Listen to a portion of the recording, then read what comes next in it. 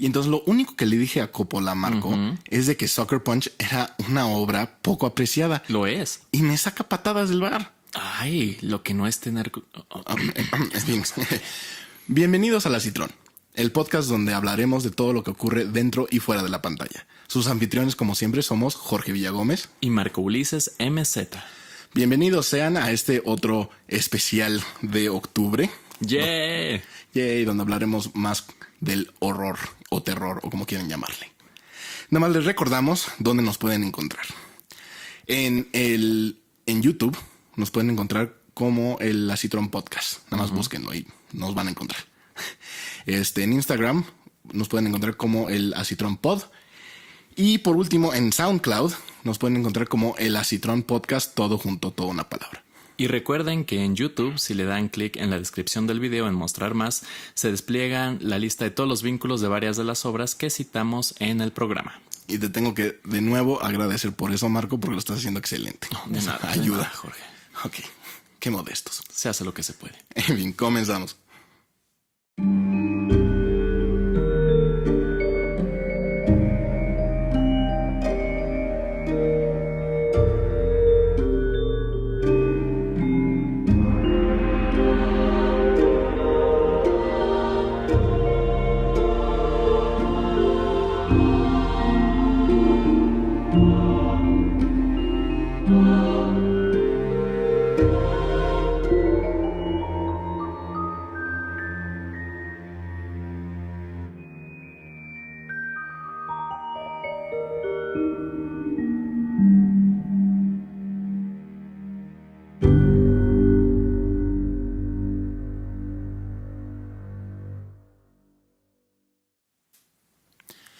Bueno, como siempre, iniciaremos con las noticias. Y esta vez, Marco, noticias. si me permites de nuevo tomar la iniciativa. Vas, atáscate.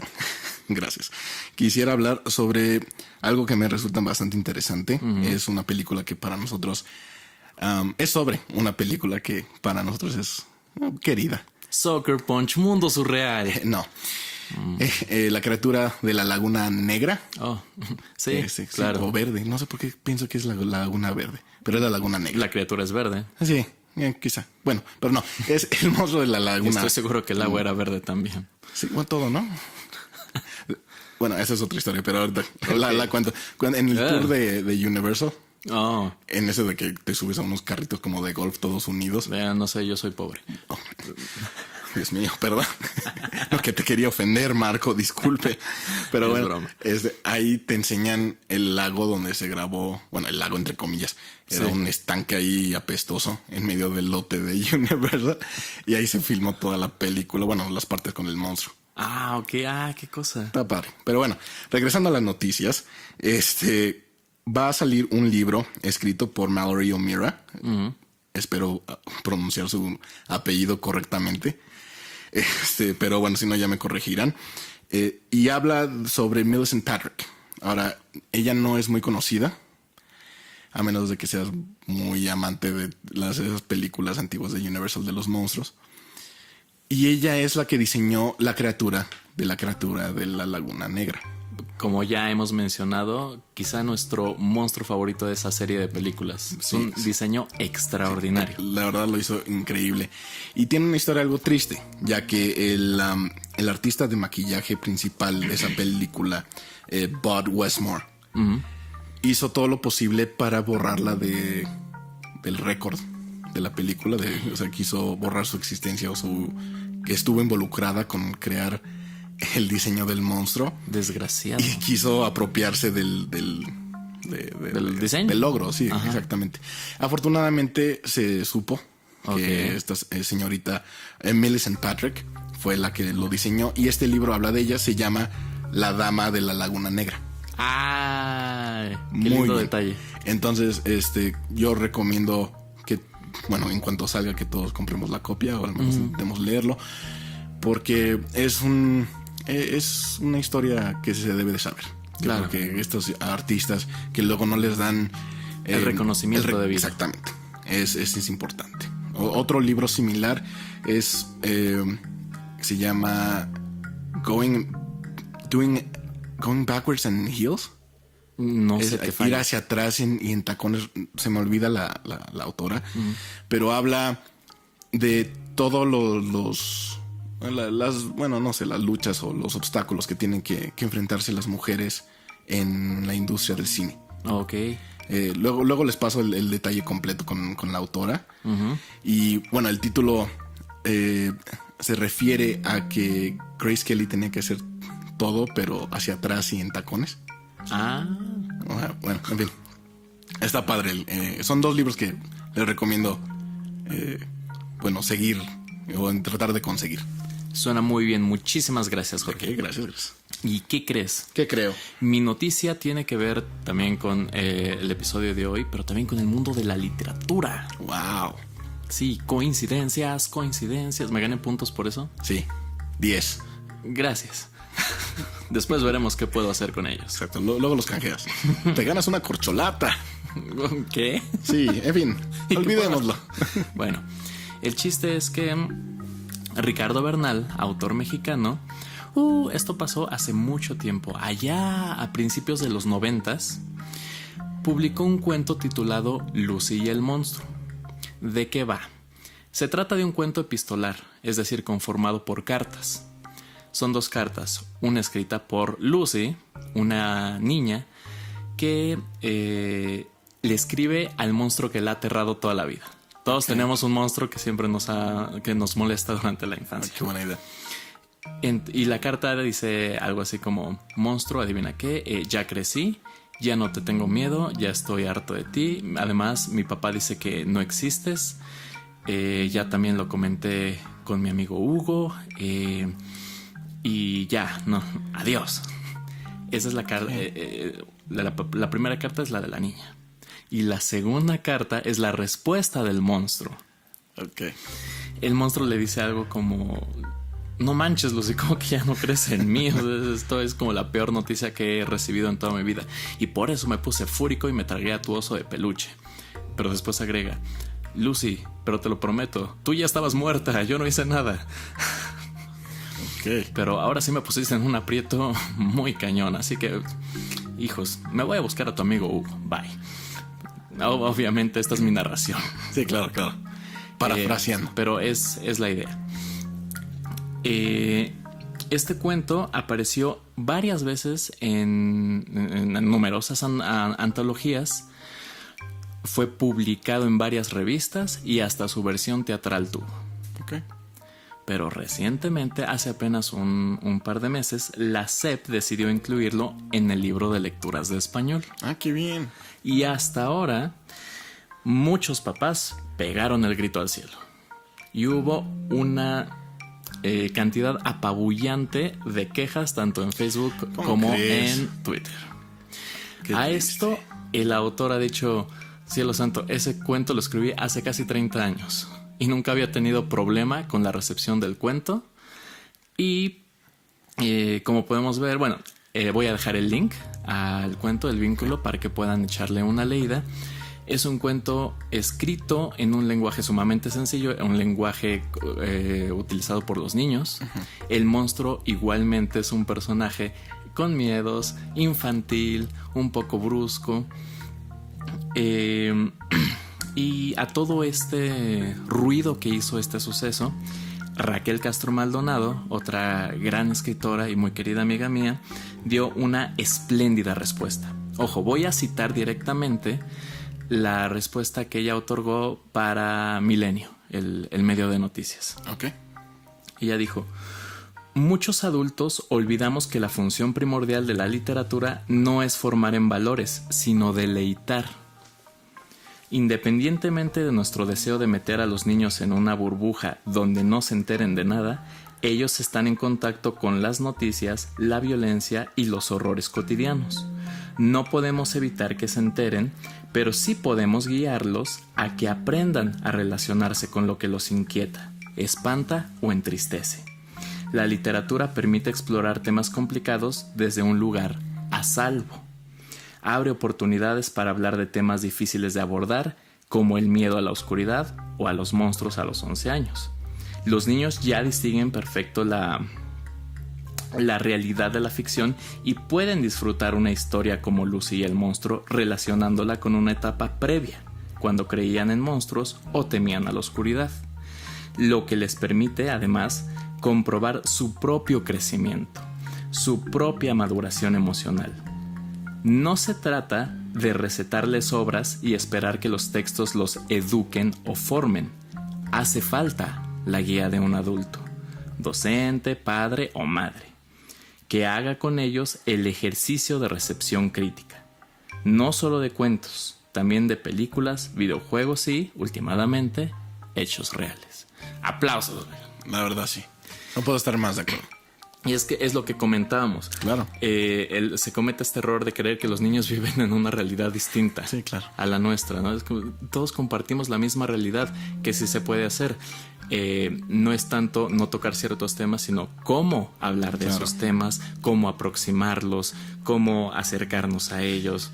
Sí, esto también se liga con lo que hablábamos en nuestro primer episodio de La Citrón, de nuestras experiencias. Sí. Muchas de esas experiencias fueron gracias a que nuestros padres nos mostraron las películas y después hablaron con nosotros sobre ellas, así dándonos un contexto adecuado para que no sufriéramos quizá de un trauma o de un miedo innecesario. Yo también concuerdo con tu amiga de que es necesario que los padres o los guardianes o cualquier adulto que sea cercano a los niños haga un esfuerzo para comunicarse con ellos. Exacto. Para darles quizá una pauta o sentar las bases para que haya comunicación y ir mostrando, como tú dices, como ella dice más bien, una guía. Exactamente. Además, esto vinculándolo con el episodio anterior, el primer especial que hicimos del mes de octubre, ofrece también claves para saber acercarnos al horror, al terror, sobre todo para la gente que suele denostar a este medio, bueno, a este género. Sí.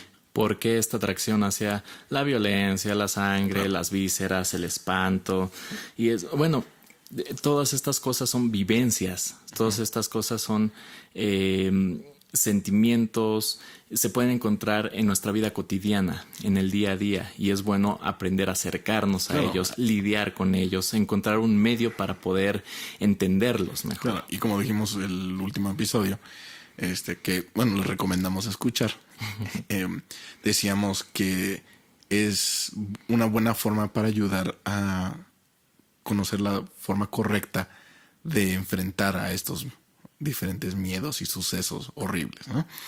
Y como lo dice ella, es una forma de enfrentarse esto en un lugar a salvo. Exacto. ¿No? Y también quitarnos de los estereotipos o los prejuicios que tengamos del género. No todo es violencia y sangre. Exactamente. Pues muy bien, creo que con esto terminamos nuestra sección de noticias. Perfecto, vamos a lo bueno.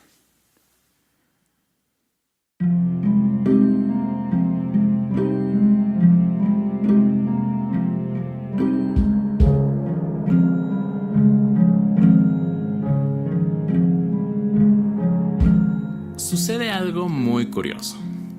¿Qué pasa, Marco? Nuestro cine de terror no es solo cine de terror.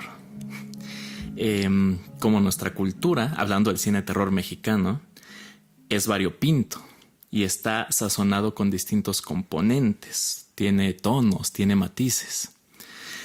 No sé a ciencia cierta a qué se deba, pero me aventuro a proponer que quizá, sea porque muchos de los elementos que componen el género del horror en la ficción, como hemos mencionado, la muerte, la violencia, lo sobrenatural o ese mundo que está más allá,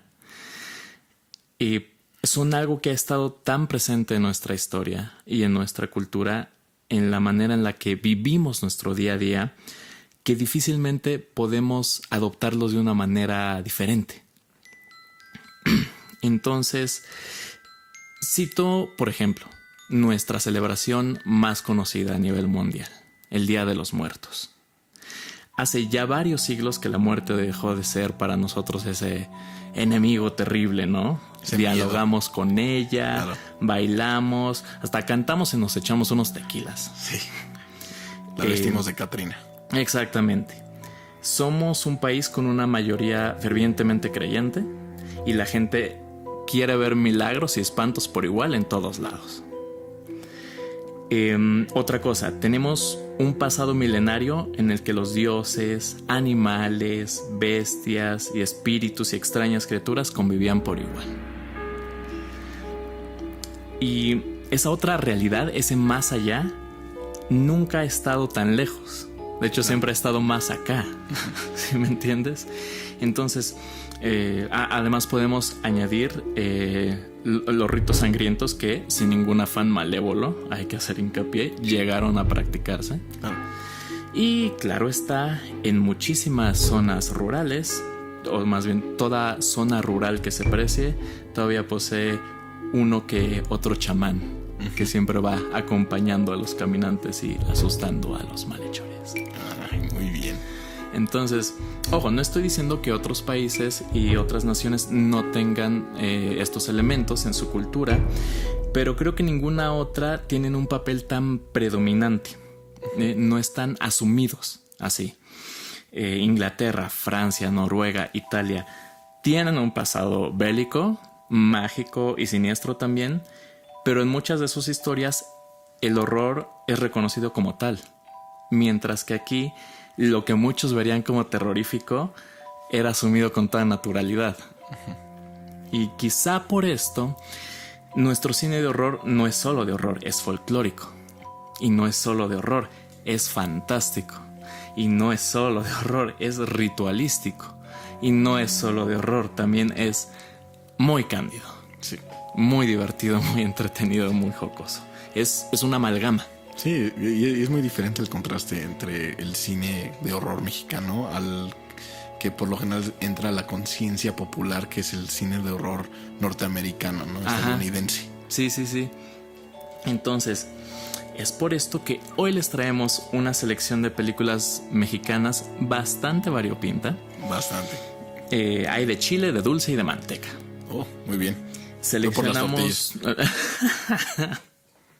Seleccionamos algunos de los grandes exponentes del cine de antaño, pero también algunos del cine moderno.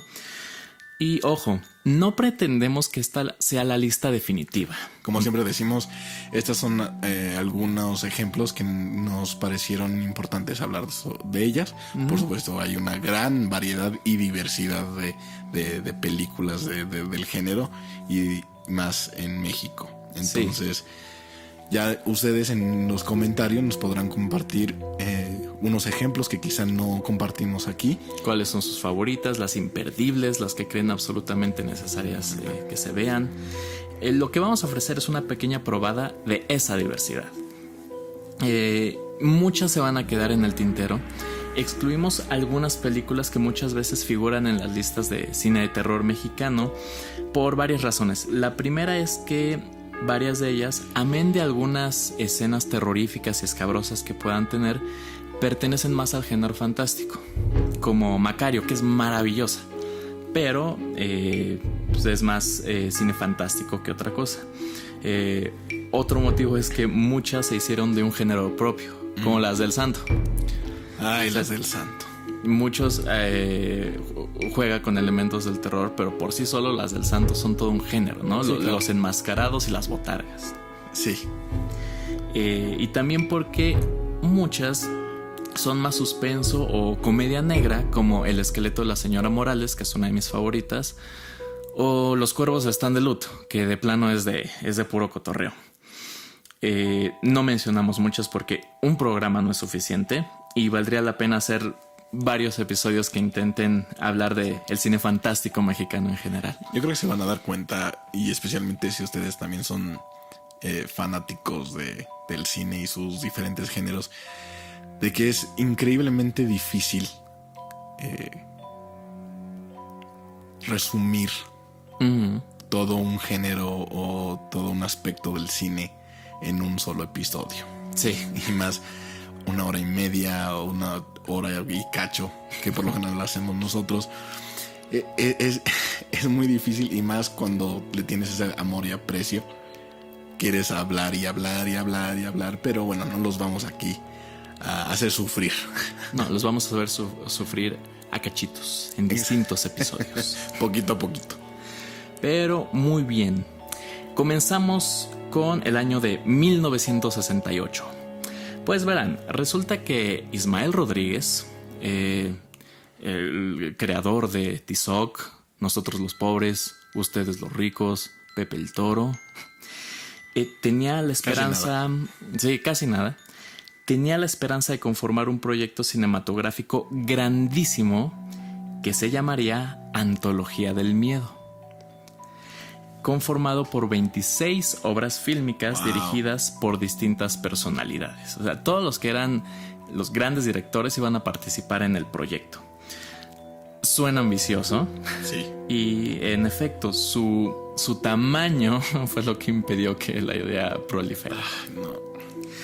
Y se llegaron a filmar solo 2 de estas obras.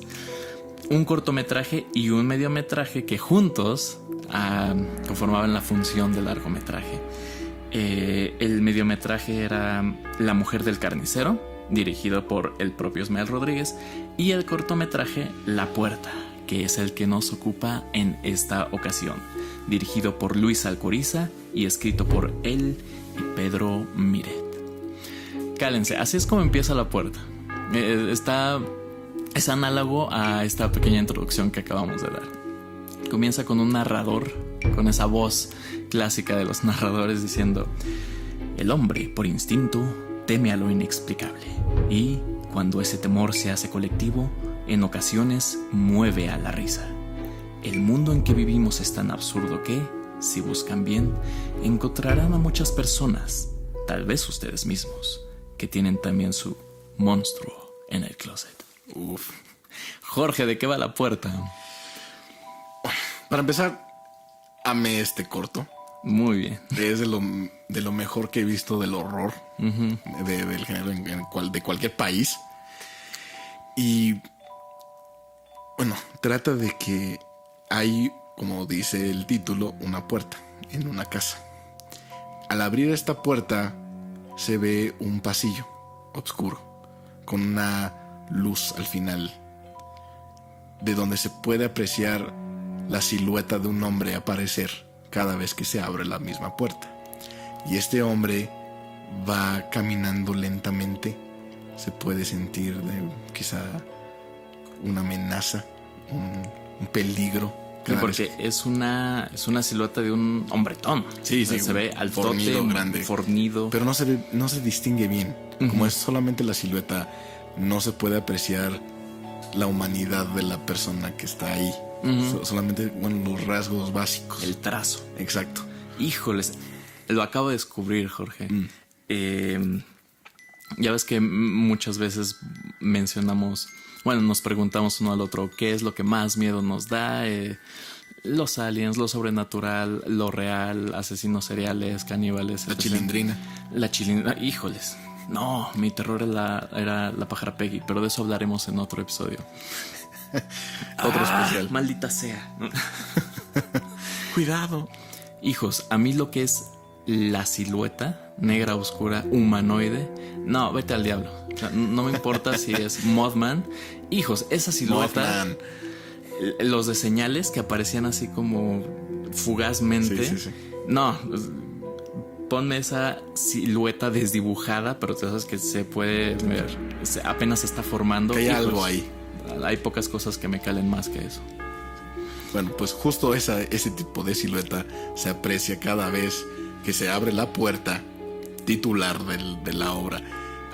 Y esa figura se va acercando más y más. Y esto se sitúa en una fiesta, en la casa, donde hay adultos y jóvenes disfrutando. Y de todos repente, ellos ricos, todos ellos afluentes. Entonces hay hasta un buffet, en fin, eso es secundario, pero y todo se centra en la puerta y lo que sucede y cómo inician asustados, cómo inician pues muertos de miedo por el misterio. Y conforme va pasando la noche, bueno, como lo mencionamos, se lleva a algo más absurdo. Sí, casi se torna una comedia. Sí, exacto. Que ya nos libramos de ese miedo al peligro, al daño, a la muerte, y nos reímos de ella. Sí, nos entregamos al juego que suscita las posibilidades. Exacto, muy bien, muy buen corto. Maravilloso cortometraje de Luis Alcoriza, la mente maestra detrás de otras obras muy hermosas como Tiburoneros o Tarahumara y Mecánica Nacional, una de mis películas favoritas. Hablaremos de eso en otro episodio, supongo. Ahora pasamos en el mismo año a El Escapulario. Uy, preciosa película. Dirigida por Servando González y coescrita con Jorge Durán Chávez y Rafael García Travesí, con una prodigiosa fotografía en blanco y negro a cargo del maestro Gabriel Figueroa. Jorge, sí, ¿de qué va El Escapulario? Opiniones, comentarios. Pues esto creo que lo voy a decir bastante en este episodio, pero es de mis cosas favoritas que he visto. Le agradezco a mi coanfitrión por la recomendación de ver esta película y muchas otras en la lista. No, ¿de qué? Con gusto. Ya que, bueno, personalmente yo me voy más al horror estadounidense y la verdad no conocía mucho del horror mexicano, que como hemos visto, Marco es bastante experto. Me defiendo, 2-3. En fin, yo creo que un poquito más de 2-3, pero bueno, ya regresando al Escapulario, es una historia, bueno, se basa en que un padre va a darle los últimos ritos, los santos óleos a una mujer convaleciente, y ella durante todo este ritual le empieza a contar sobre la vida de sus hijos. ¿Pero por qué? Porque todos están ligados a el escapulario que ella tiene en las manos. Entonces todo se basa porque ella dice que el escapulario le ha salvado la vida a sus hijos. Y ahí inicia, es una historia de estos muchachos y cómo pasan cosas raras alrededor del escapulario. Y es una historia clásica de horror que yo recuerdo que mi padre me decía que mi bisabuela le compraba unos cuentos en sepia de historias clásicas de fantasmas, y ahí ella y esto tiene ese feeling, esa atmósfera. Ok. Muy, muy bonito, muy, muy padre el diálogo. De nuevo, debo de mencionarlo porque es de mis partes favoritas de las películas. Está muy bien hecho, muy bien dirigido, las actuaciones son excelentes y sí te sumerge a este cuento. De verdad se siente como si tu abuela, tu bisabuela te sentara y te estuviera contando una historia de terror. Sí, es maravillosa esta película. Es una de estas películas que parece de antología, ¿no? Sí, parece antología. Hay una historia marco, sí, que contiene otras 3 pequeñas historias. Porque la mujer convaleciente, bueno, que ya está más para allá que para acá, que ya se está yendo, le empieza a contar la historia al joven padre, la historia de sus hijos, y vamos uno por uno, sí, descubriendo qué pasó con ellos. Y ella dice, este escapulario protege a todos aquellos que tengan fe en él, pero se necesita creer totalmente. No puede haber lugar a duda, porque entonces pasan o pueden ocurrir las desgracias. Exacto. Y ella da los ejemplos en las historias de cada uno de sus hijos, ¿no? Y una historia situada en plena revolución. De hecho, así empieza la película. En la provincia del ayer. En la provincia del México del ayer. Del México del ayer. Híjoles, y como decía Jorge, tiene un diálogo, es un texto precioso el que hizo este equipo. Le comentaba que uno de los pasajes más terroríficos para mí sucede justamente al inicio de la película, cuando la mujer comienza a hablar de las cualidades del escapulario. Habla de Dios y parece que está hablando del diablo. empieza a decir: Dios es tan grande que no podemos dialogar con Él como usted y yo estamos hablando. Por eso se tiene que hacer chiquito y esconderse en cosas como esta. Y entrega el escapulario y aparece. Exacto. Y justo cuando entrega el escapulario, aparece el título de la película, El Escapulario. Qué cosa fantástica. Se me hizo chinita la piel ahorita acordándome de eso.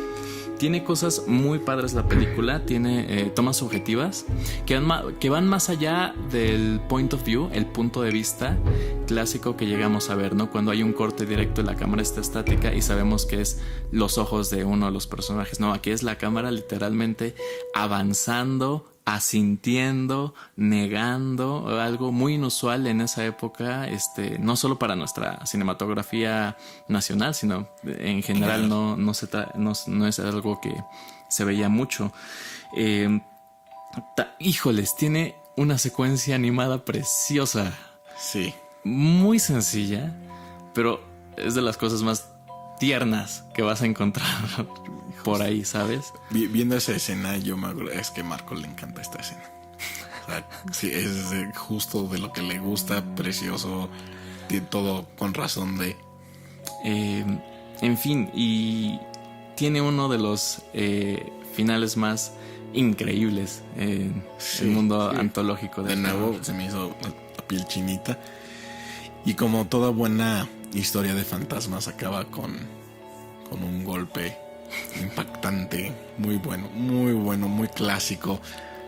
Les recomiendo, no les vamos a arruinar el final, porque tienen que verla. Si tienen la oportunidad de verla, por favor, háganlo. Como habíamos mencionado también, algo que une a todas estas películas es los distintos matices y tonos. Y si bien empieza con esta historia lúgubre, en el que la muerte está muy presente, también se presenta una historia de soldados, una historia bélica, una historia de revolución, una historia de amor, una historia del campo y un desenlace precioso. Ahora, vámonos, Jorge. Vámonos. Con uno de nuestros grandes exponentes del cine de terror, Carlos Enrique Taboada. Yo descubrí a Carlos Enrique Taboada de muy pequeño. Un día con mi prima estábamos mi prima y yo viendo en el Canal 9 una película titulada Veneno para las Hadas.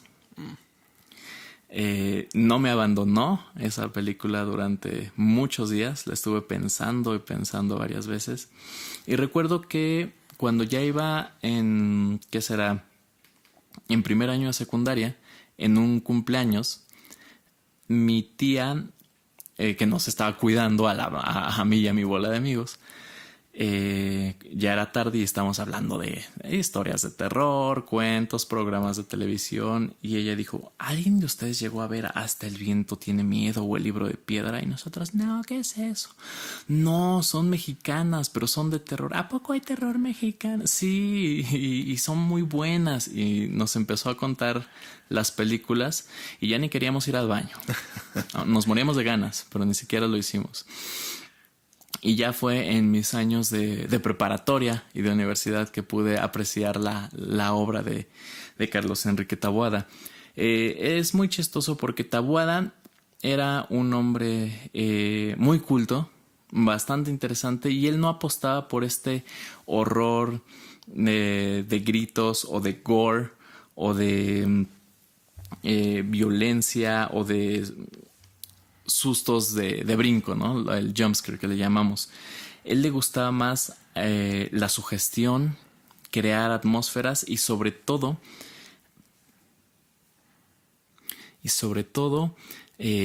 la imaginación, lo que la imaginación podía inducir, como el poder de esa sugestión, ¿no? Que muchas veces rayaba de plano en lo psicótico o lo malévolo, como en Veneno para las Hadas. Él es famoso por su tetralogía, compuesta por Hasta el viento tiene miedo, El libro de piedra, Más negro que la noche y Veneno para las Hadas. Veneno para las Hadas Vamos a centrarnos en ella. Es la película que mi querido Jorge alcanzó a ver conmigo, de este director. Perfecto. Trata sobre la amistad de dos niñas. Es la niña nueva que llega al colegio. Es rica, muchos se quieren juntar con ella. Y hay una niña, Claudia creo que se llamaba. Me parece que sí. Que logra hacerse su amiga. Sí. Ella se propone ser su mejor amiga. Pero esta niña tiene una imaginación bastante nerviosa, bastante encendida, activa. Y ella siempre ha estado enamorada de las historias de espantos, de brujas, de momias, de esqueletos, de vampiros. Y ella misma se crea una bruja. Llega su juego y lleva el juego a las últimas consecuencias. Pues Veneno para las Hadas es una historia cruel que se mezcla la crueldad con la inocencia, Sí. con el espanto, con el terror clásico. Empieza de una manera sorprendente, magistral. Empieza a blanco y negro, con la niña bruja cortándole la garganta a una mujer que dormía apaciblemente en su cama, y la sangre es lo que le da el color a la película. La sangre sí es roja en contraste con el blanco y negro, y la sangre es lo que le da color a la película. E inicia una de las secuencias de créditos más hermosas de la historia del cine, en el que a través de diversos fundidos la niña se va poco a poco transformando en una bruja. Y lo que más me gusta es que no se trata ni de una aparición horrible y deforme como Angélica Houston en Las Brujas, ¿no? Sí. Buen ejemplo. Es una bruja clásica, ¿sabes? Es una vieja con sus cabellos de escobeta, riéndose jocosamente. Y es lo bonito de Taboada. Creo que en todas sus películas apostaba más por lo que la imaginación producía, por lo que por aquel temor que uno solito se imponía. Sí, al ver esta película todos podemos verlo, bueno, lo que acabas de mencionar, Marco, de que sí la imaginación juega un rol muy grande, así como lo que muestran las tomas, las escenas, la cinematografía es única y ayuda a lograr esta atmósfera que tú has mencionado. Y especialmente en esta película pues se ve reflejado como la imaginación de la niña también en nuestro director. Y fíjate, tú también lo sabes, Jorge tuvo otro acercamiento con Taboada hace un par de años de una manera indirecta, porque nos lanzamos a ver el refrito, el remake que se hizo Dios. de Más Negro que la Noche. Ya, sí, ok. Temía este momento. No, la verdad no lo temía, pero sí. Bueno, a ver, tú. No, es más, mira, no vamos a hablar de. No vamos a hablar perfecto. de esa Qué bueno, Dios mío. Pero me estaba preocupando. Pero sí quiero. No quiero dejar pasar por alto que muchos se han aprovechado de la obra de Carlos Enrique Taboada y se han estado haciendo remakes de prácticamente casi toda su famosa tetralogía. Ya se hizo un remake de Hasta el viento tiene miedo, ya se hizo un remake del Libro de Piedra y ya se hizo un remake de Más Negro que la Noche. No se ha hecho un remake de Veneno para las Hadas. No me sorprendería que lo hicieran. Me gustaría desde luego que no. Igual lo hacen bien. En comparación, estas películas que han salido son humo. No tienen esencia, son vacías. Se podría decir que lo único que tienen en común con la obra original es el título. Sí, prácticamente. Y cosa curiosa, Carlos Enrique Taboada, esto era como una especie de leyenda. Muchos decían que había filmado no, porque ya no lo hizo en filme, ya lo hizo en video. Había grabado pues una quinta película de horror llamada Jirón de Niebla.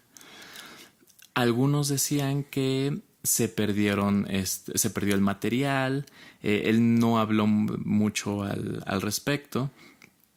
Y uno de los que se encargaron de llevar una de sus películas de nuevo al cine, el que hizo el remake del Libro de Piedra, tomó el guión de Carlos Enrique Taboada de Girón de Niebla e hizo su propia película. Okay. El tipo en algún momento dijo algo así como: que yo sepa, Girón de Niebla no existe. Nadie me ha dado un VHS que contenga esa película. Okay. Yo digo, bueno, este imbécil digo, oye, si su viuda te está dando el material, sí, claro. no puedes preguntarle, no tienes contactos, o sea, no hay como una lista de actores que se supone aparecieron en esa película. Y adivina qué.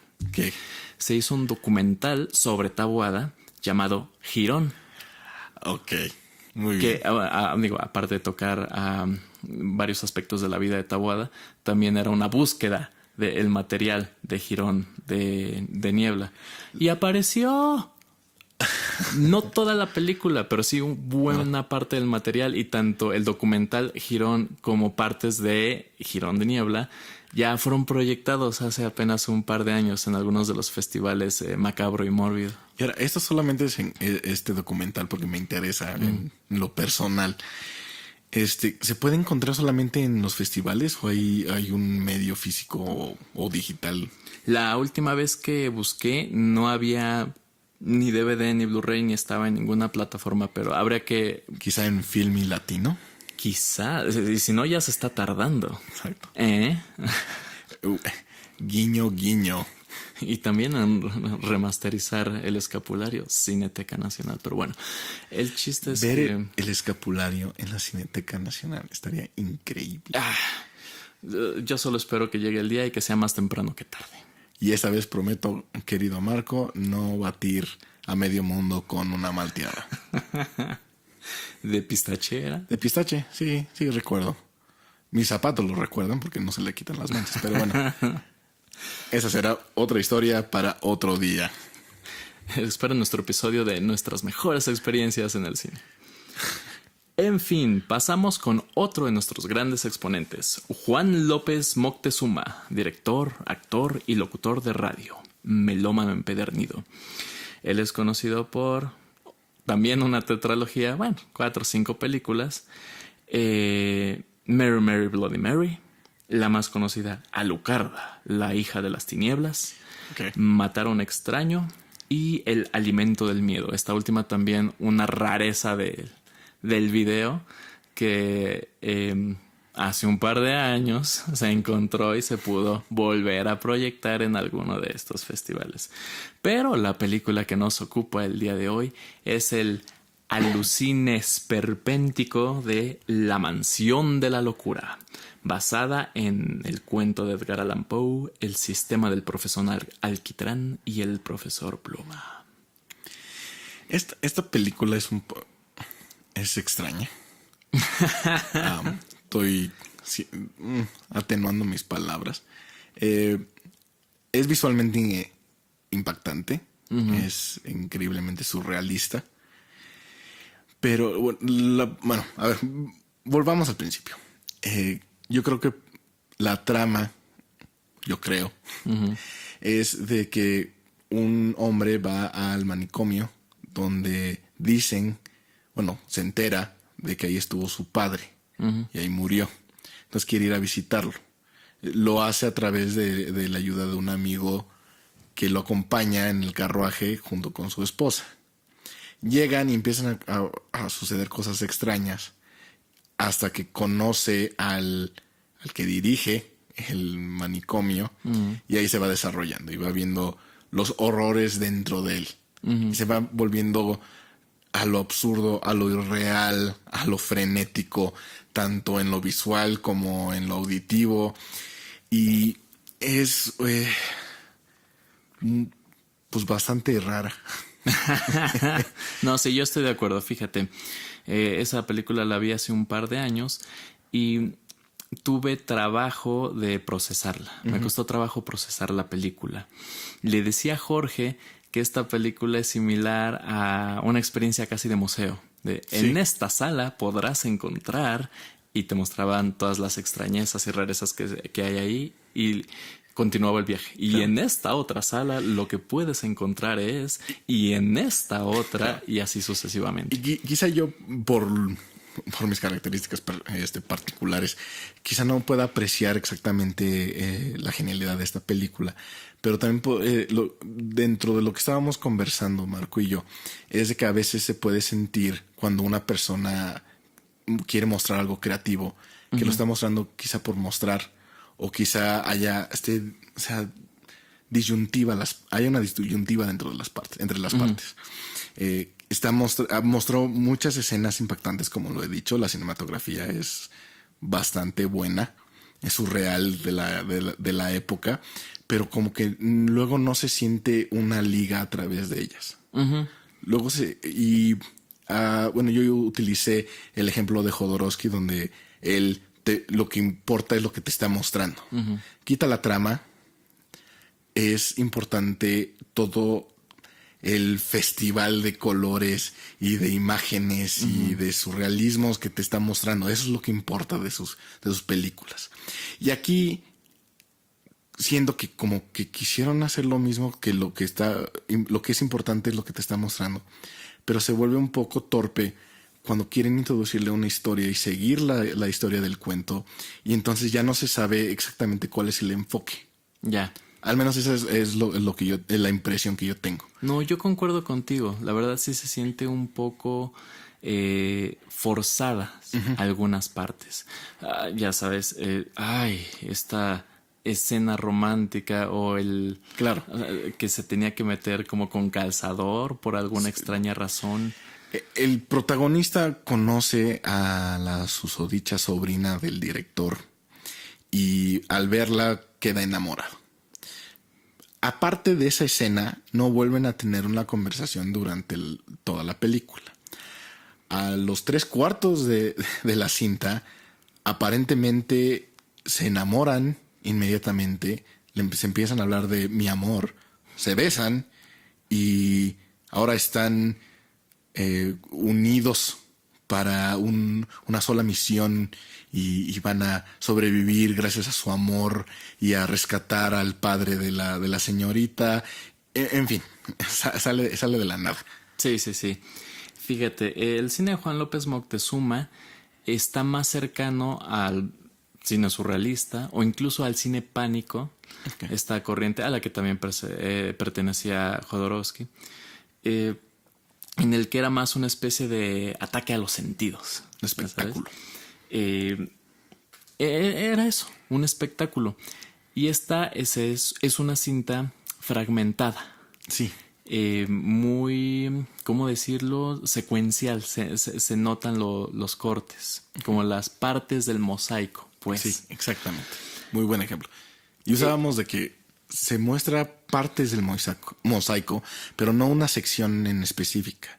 Se muestran quizá el rincón superior izquierdo y después una parte del centro y después una parte más a la derecha y te cuesta trabajo como ligarlo. Sí. Quizá ese sea el punto, pero bueno.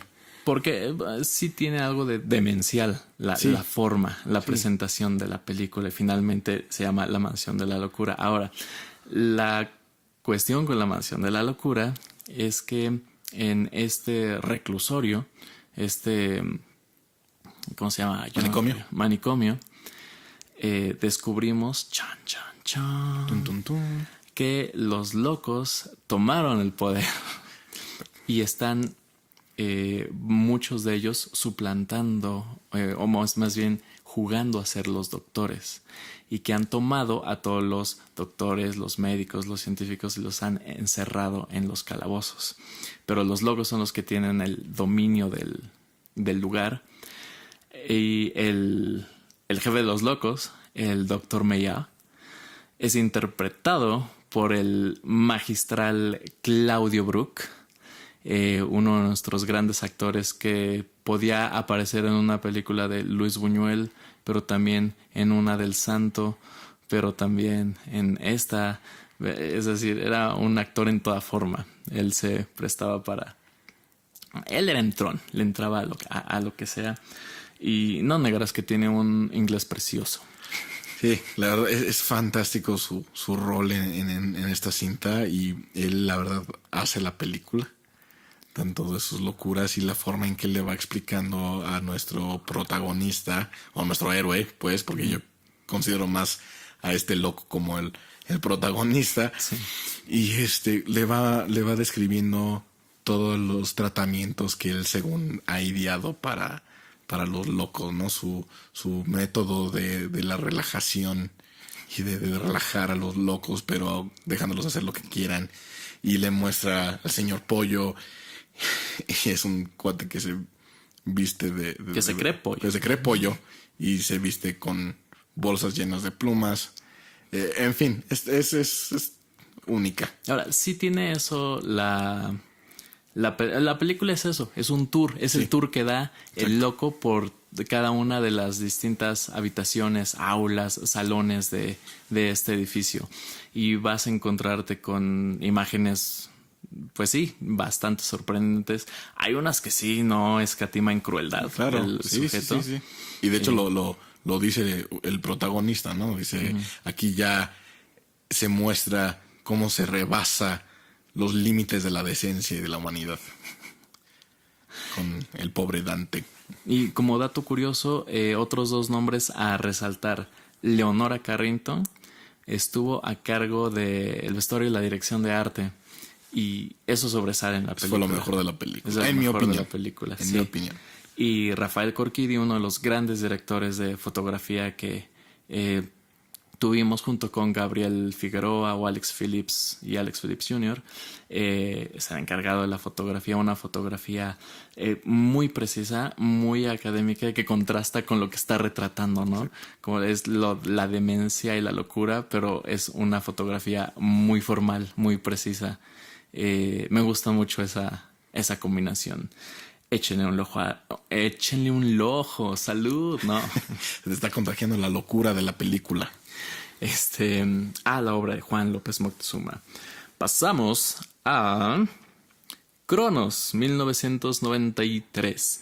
La primera película de nuestro queridísimo Guillermo del Toro. Es una de mis películas favoritas. A mí me gusta mucho.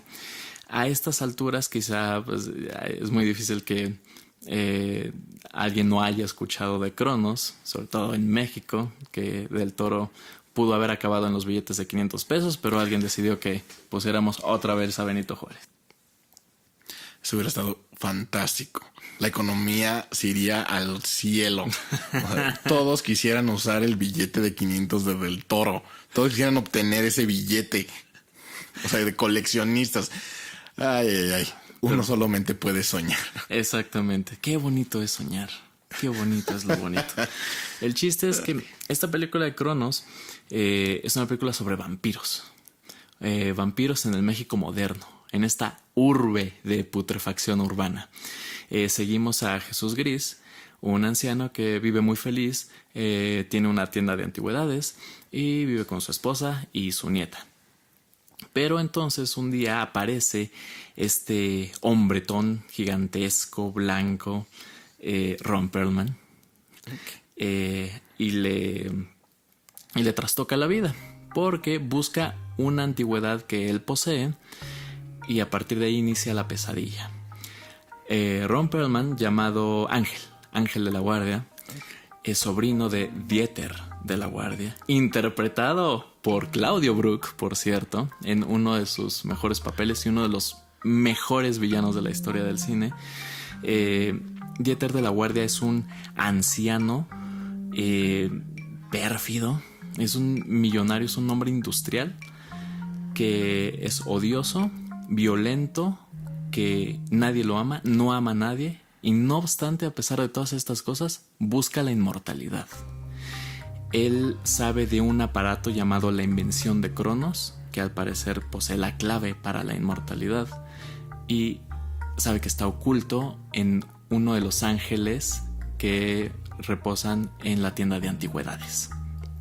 Buscan el aparato y de ahí se desencadena la pesadilla tanto para Jesús como para su familia. Es una imperdible, una película La primera película hecha por Del Toro con tan solo 28 años. En su momento, la película más cara de entre las producciones mexicanas.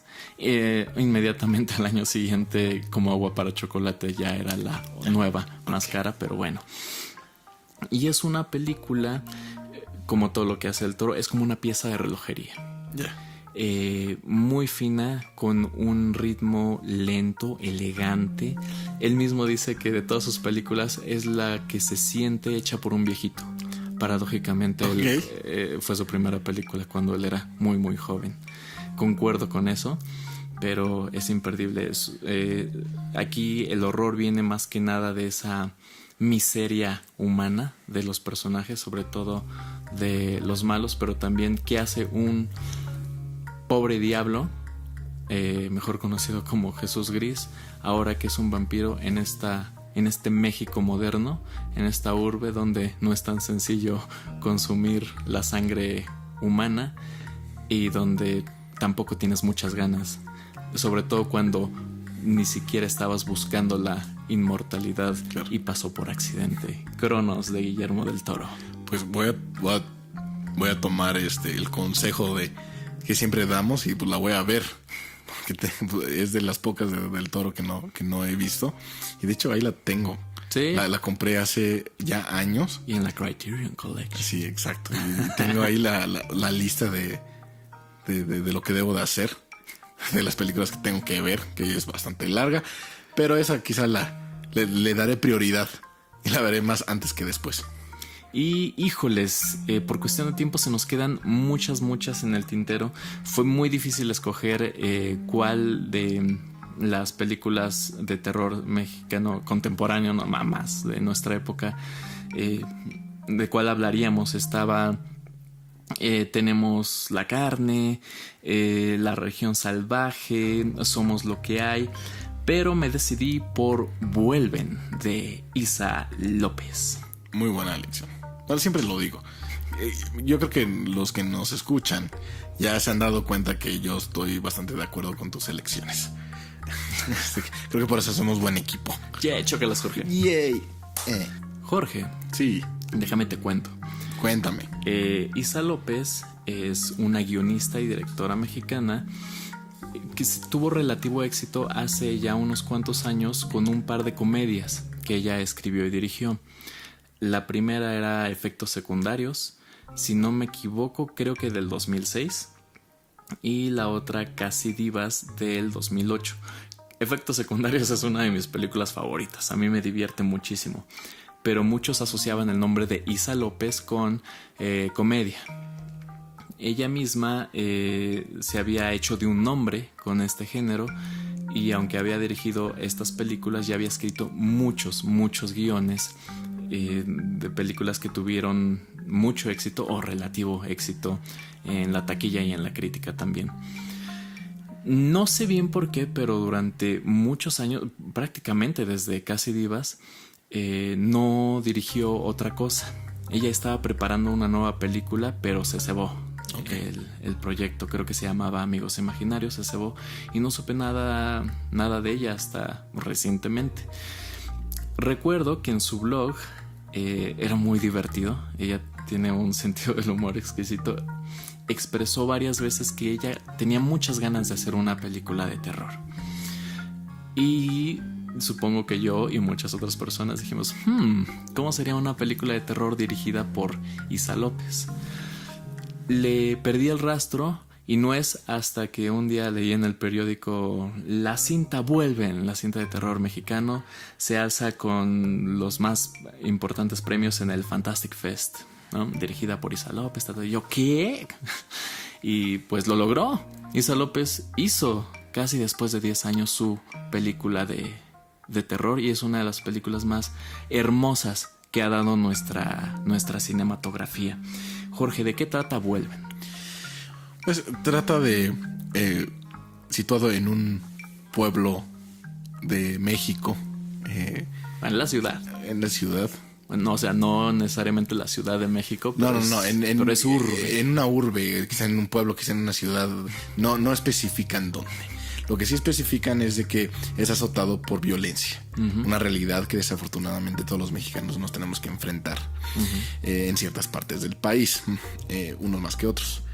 Y se enfoca en la vida de unos niños.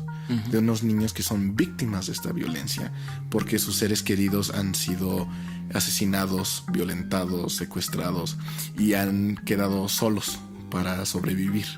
Se forma un grupo y de ahí se desarrolla la historia.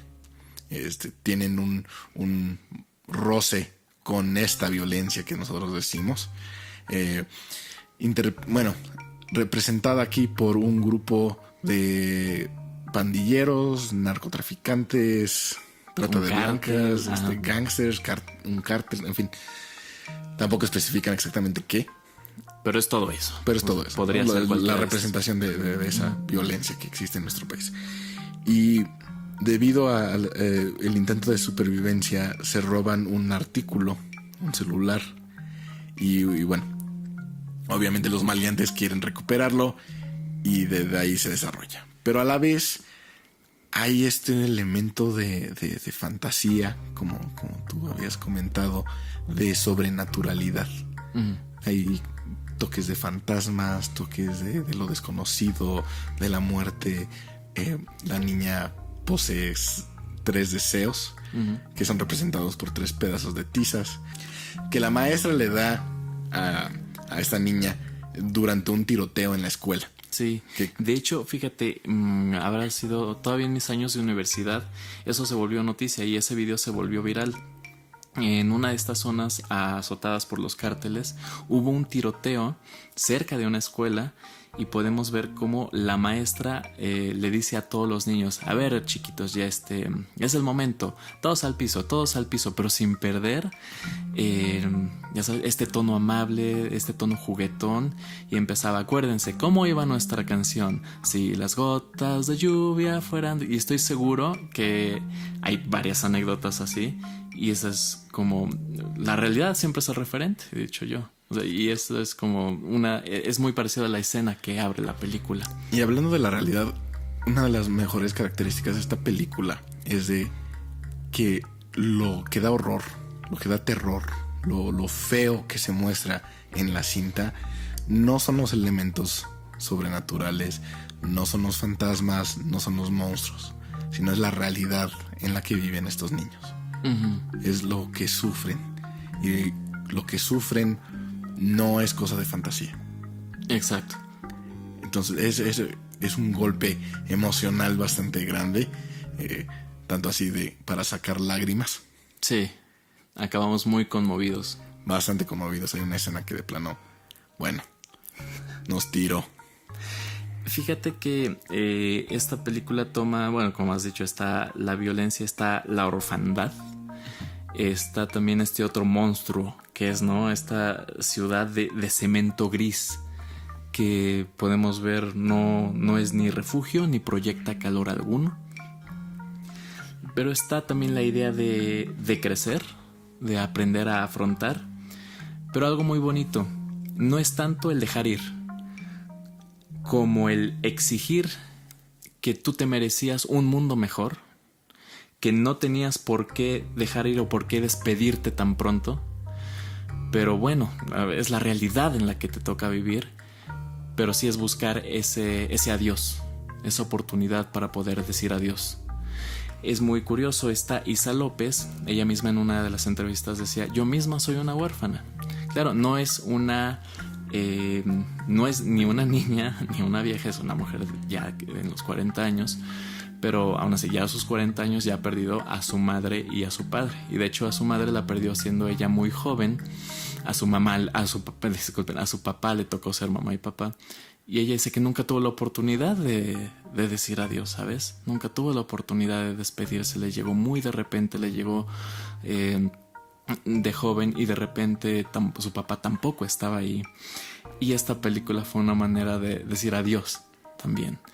Una película protagonizada por personajes que no tienen mamá y papá, y que no debería de ser así. Personajes que se hacen de una familia entre ellos, que encuentran ese apoyo entre ellos es la banda de los tigres, ¿no? Estos niñitos, la niña estrella y los demás niños, el morrito, Shine, Tuxi,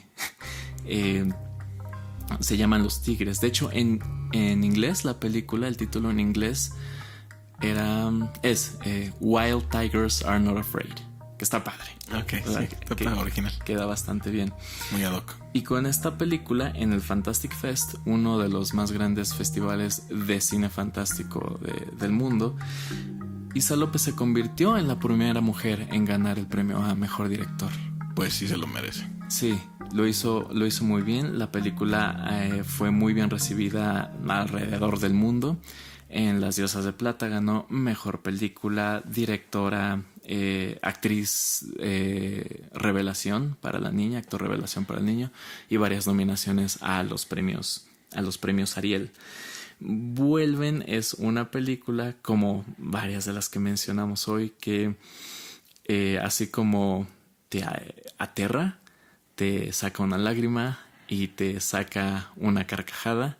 Y después de tanto dolor, porque es un viaje muy visceral, la verdad, al final también te ofrece imágenes de una belleza que tú no creías encontrar. Entonces te hiere el corazón y después te lo sana y te lo cauteriza. Vuelven de Issa López es un imperdible de el cine fantástico mexicano actual. Jorge, ¿cómo viste este pequeño recorrido? Perfecto, muy interesante. De nuevo te tengo que agradecer porque yo, como dije al principio, no estaba muy familiarizado con nuestro cine de horror, que tú me hiciste el favor de mostrar unos grandes ejemplos, unas joyas de las que hablamos hoy.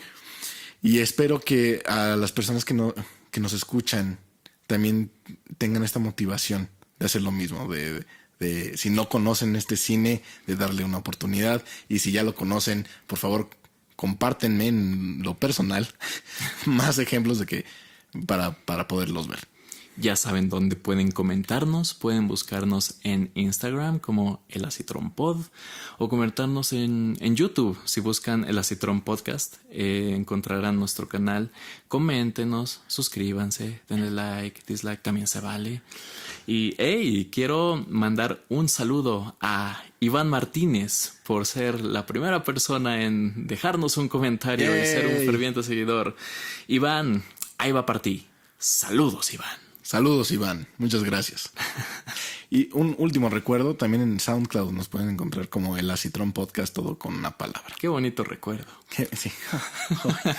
Como Gansito, recuérdame. Pero bueno, muchas gracias por acompañarnos. Muchas gracias de nuevo, Iván. Y ya los veremos en la próxima. Y muchas gracias, Jorge, por aceptar mi invitación a echarte estas horas. Gracias a ti, al contrario, estuvo fantástico. Bueno, acabamos. Corte.